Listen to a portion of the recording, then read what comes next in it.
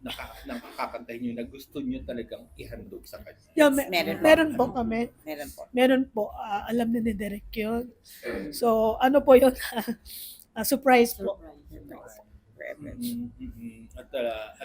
At sino ang kakanta kayong dalawa? Kami pong dalawa kasi before po, kasi dati nung una talaga kami ni Mercy, so na dagdag si Ken, so ngayon dahil wala, kami po.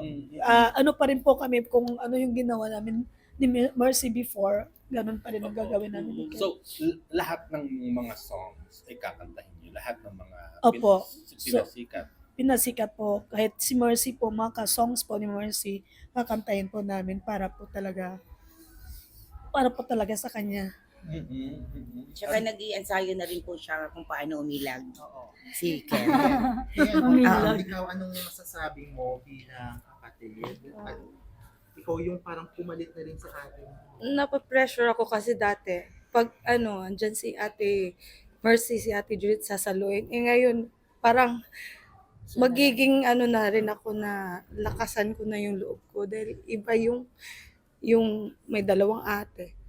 Ano-ano lang ako. Pero ngayon parang kinakabahan ako kasi syempre, si ate, magkasama kami.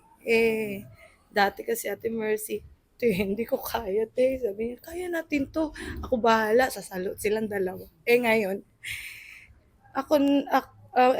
sasaluin naman ako ni ate, pero minsan, bibigyan ko rin ng lakas ng loob yung sarili ko kasi hindi naman na easy, hindi na kapareho dati at saka ngayon.